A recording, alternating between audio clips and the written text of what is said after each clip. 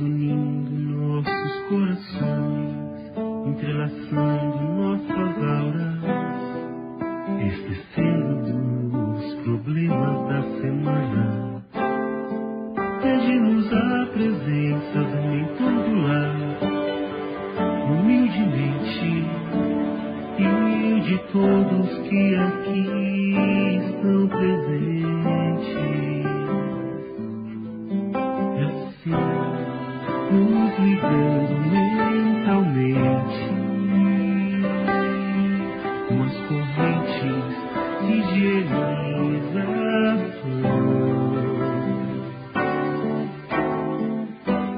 que vão recolhendo e tirando formas e pensamentos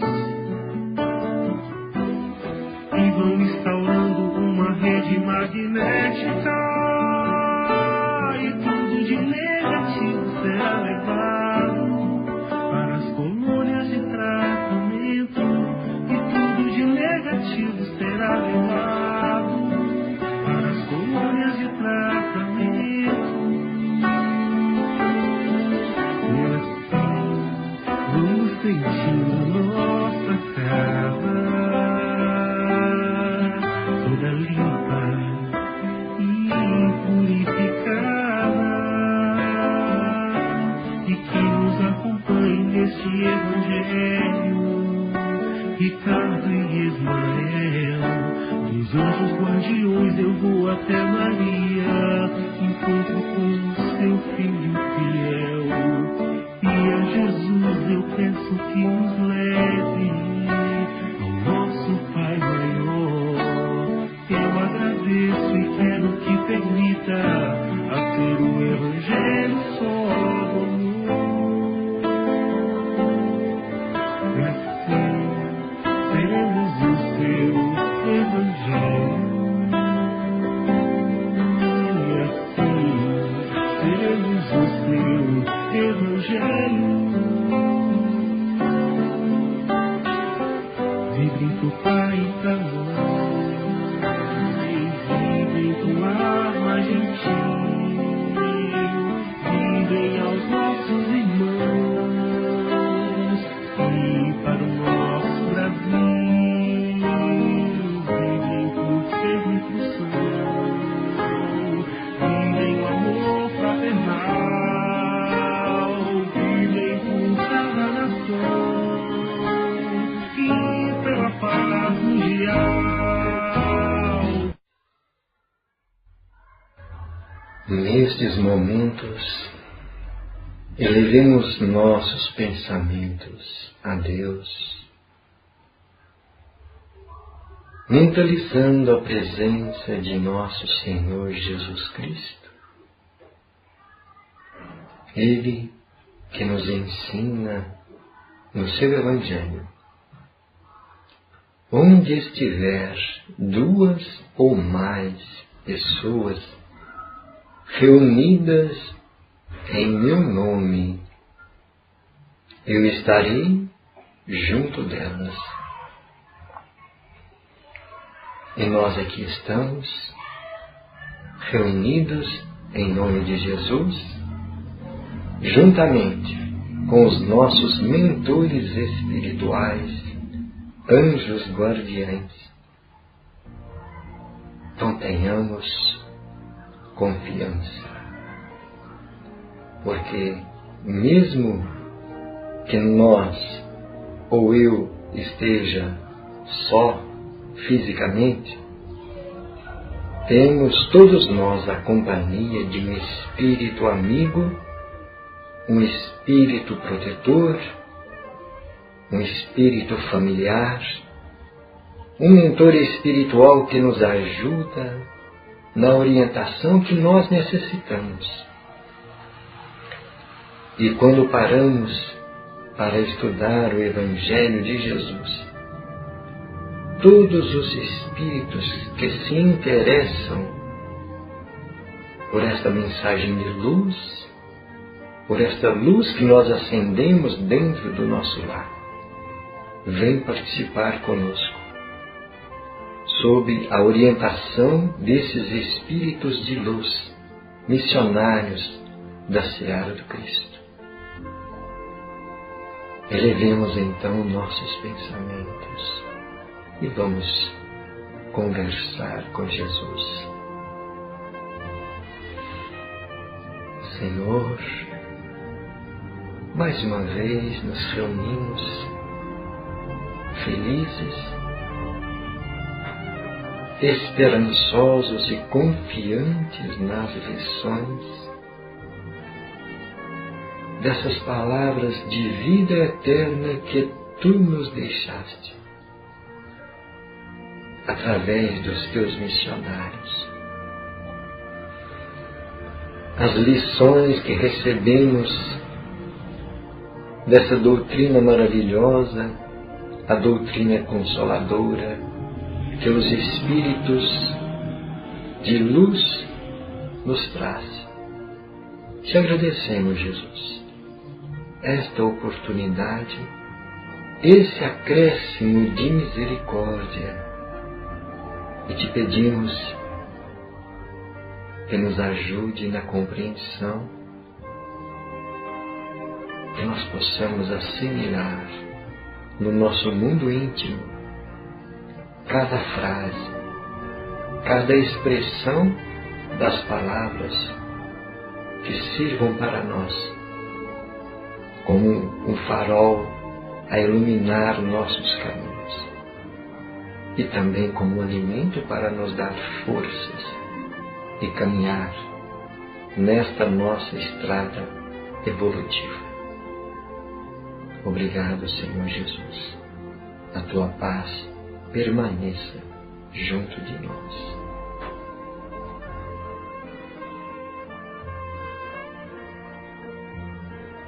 E agora nós vamos ouvir a lição de número 4 do livro Jesus no Lar. A lição da semente. Diante da perplexidade dos ouvintes, falou Jesus convincente. Em verdade, é muito difícil vencer os aflitivos cuidados da vida humana. Para onde se voltem nossos olhos, encontramos a guerra, a incompreensão, a injustiça e o sofrimento. No templo, que é o lar do Senhor, comparecem o orgulho e a vaidade nos ricos, o ódio e a revolta nos pobres. Nem sempre é possível trazer o coração puro e limpo, como seria de desejar, porque há espinheiros, lamaçais e serpentes que nos rodeiam. Entretanto, a ideia do reino divino é assim como a semente minúscula do trigo, quase imperceptível, é lançada à terra, suportando-lhe o peso e os detritos. Mas, se germina, a pressão e as impurezas do solo não lhe paralisam a marcha. Atravessa o chão escuro e, embora dele retire em grande parte o próprio alimento, o seu impulso de procurar a luz de cima é dominante. Desde então, haja sol ou chuva, faça dia ou noite, trabalha sem cessar no próprio crescimento e nessa ânsia de subir, frutifica para o bem de todos. O aprendiz que sentiu a felicidade do avivamento interior, qual ocorre à semente de trigo, observa que longas raízes o prendem às inibições terrestres. Sabe que a maldade e a suspeita lhe rondam os passos, que a dor é ameaça constante. Todavia, experimenta, acima de tudo, o impulso de ascensão e não mais consegue deter-se. Age constantemente na esfera de que se fez peregrino, em favor do bem geral. Não encontra seduções irresistíveis nas flores da jornada.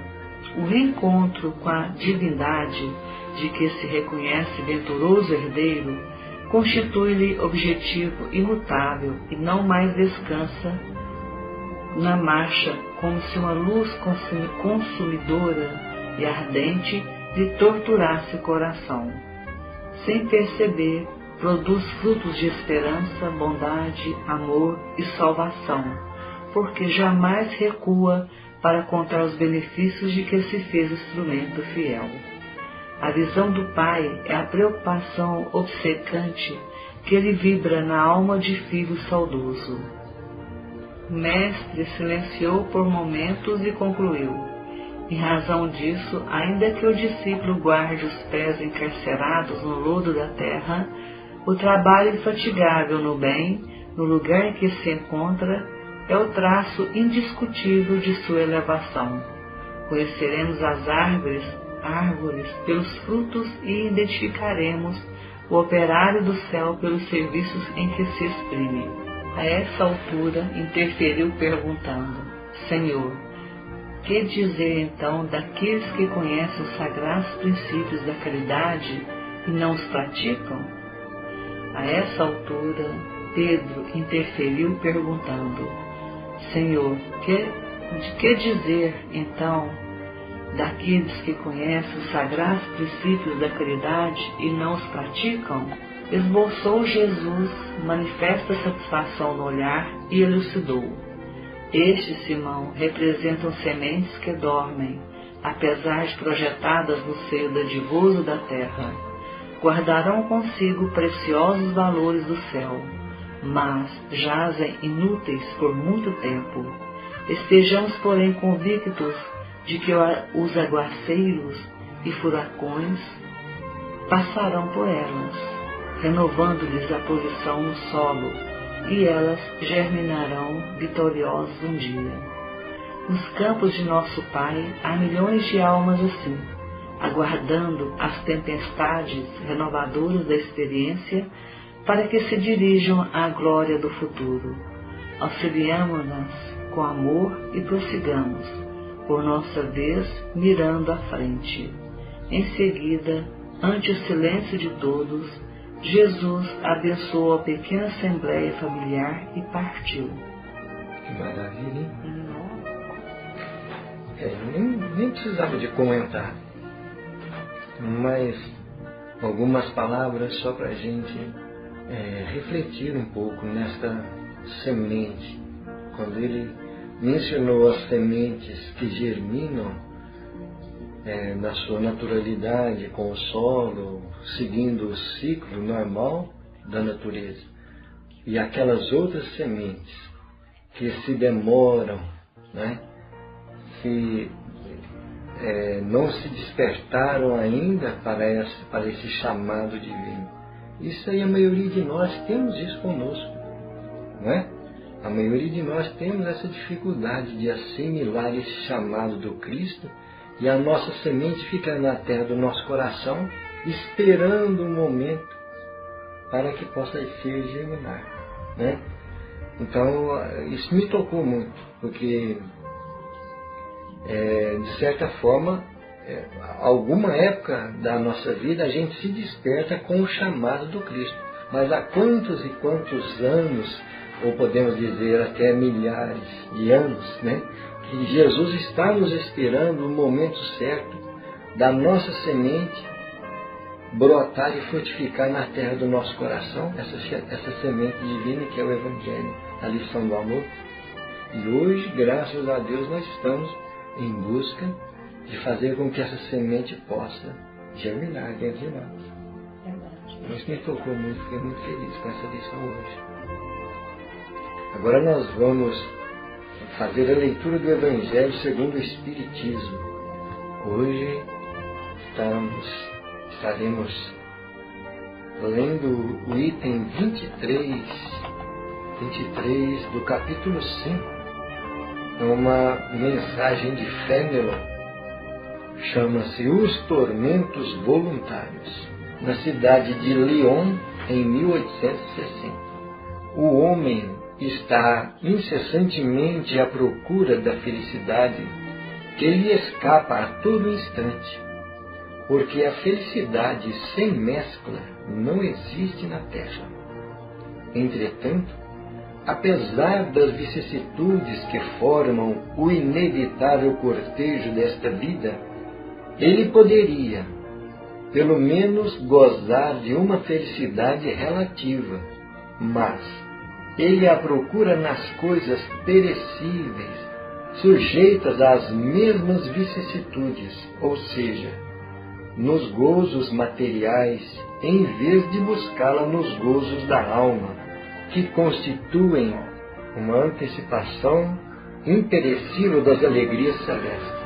Em vez de buscar a paz do coração, única felicidade verdadeira neste mundo, ele procura com avidez tudo que o põe a agitá-lo e perturbá-lo. E coisa curiosa, parece criar de propósito de tormentos que só a ele cabia evitar. Haverá maiores tormentos que os causados pela inveja e o ciúme? Para o invejoso e o ciumento não existe repouso. Sofrem ambos de uma febre incessante. As posses alheias lhes causam insônias. Os sucessos dos rivais lhes provocam vertigens. Seu único interesse é o de eclipsar os outros. Toda a sua alegria consiste em provocar nos insensatos, como eles, a cólera do ciúme, pobres insensatos, com efeito que não se lembram de que talvez amanhã tenha de deixar todas as futilidades, cuja cobiça lhes envenena a vida. Não é a eles que se aplicam estas palavras. Bem-aventurados os aflitos, porque serão consolados. Pois os seus cuidados não têm compensação no céu. Quantos tormentos, pelo contrário, consegue evitar aquele que sabe contentar-se com o que possui, que vê sem inveja o que não lhe pertence, que não procura parecer mais do que é. Está sempre rico, pois olha para baixo em vez de olhar para cima de si mesmo. Vê sempre os que possuem menos do que ele. Está sempre calmo, porque não inventa necessidades absurdas. E a calma, em meio das tormentas da vida, não será uma felicidade? É muito interessante nós refletirmos sobre isso aí. Quantas coisas que nós colocamos um valor demasiado nas coisas do mundo passageiro, né? As coisas materiais, transitórias. A gente se apega com muita facilidade às coisas da matéria. E muitas das vezes nós criamos muitos tormentos por não conseguir aquilo que almejamos e da forma que nós almejamos. Nós temos muita dificuldade em esperar o tempo certo para que as coisas aconteçam. Então a nossa ansiedade para conseguir tudo de um momento para o outro e dar um salto na nossa melhoria financeira, no nosso status social, isso aí é uma coisa que a gente busca com tanta avidez que isso nos faz mal. Porque nós devemos de sempre progredir, com certeza. A lei nossa que nos faz crescer é a lei do progresso, a evolução.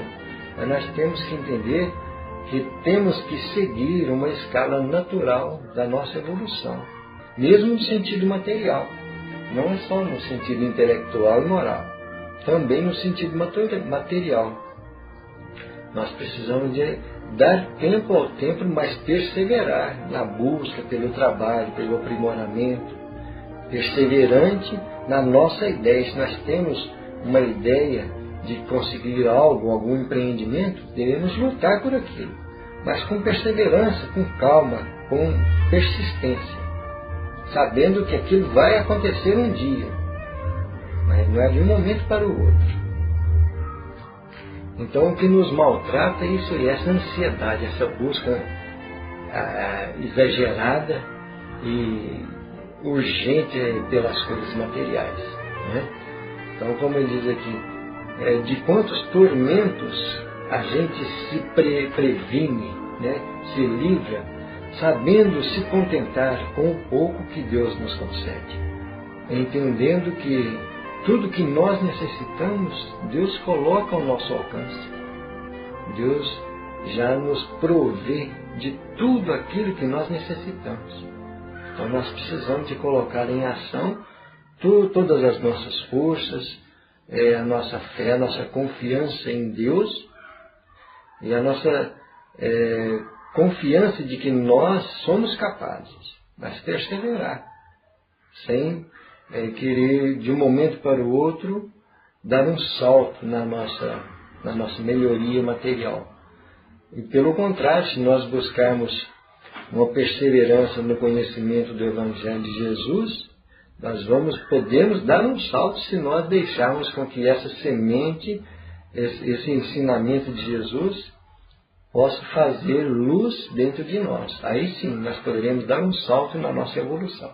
Fazer com que esse amor possa ter toda a frutificação, toda a ênfase que nós somos capazes de deixar ele se transparecer através de nós. Esse amor que Jesus nos ensina. Aí nós seremos realmente felizes. E estaremos evitando tantos tormentos na nossa existência. Fica então para nós refletir essas palavras do Evangelho, a mensagem de fé, né, muito importante nos dias em que vivemos. Agora nós vamos fazer a nossa mentalização para que nós possamos abrir campo no nosso mundo íntimo, onde a espiritualidade maior irá nos favorecer com o trabalho espiritual, nesse tratamento que nós tanto necessitamos, a nossa renovação das forças, primeiramente as forças psíquicas, espirituais, mentais, e essa força vai agir em nosso campo perespiritual, que é o intermédio entre o espírito, o eu verdadeiro, e o corpo físico, que é um instrumento do espírito. Então esse tratamento espiritual começa de dentro para fora, no âmago do nosso ser, o eu verdadeiro, como diria Joana de Ângeles, o self, a nossa personalidade crística que nós trazemos dentro de nós, fazendo com que possa refletir todos os valores do Evangelho que Jesus nos traz, para renovar a nossa psicosfera, o nosso manto espiritual, refletindo no perispírito, que é o intermediário entre o corpo e o espírito, e vai refletir com certeza no nosso corpo físico, a nossa vestimenta carnal. Então vamos pedir a esses trabalhadores da seara de luz que vem em nosso auxílio em nome de Deus, mentalizando Jesus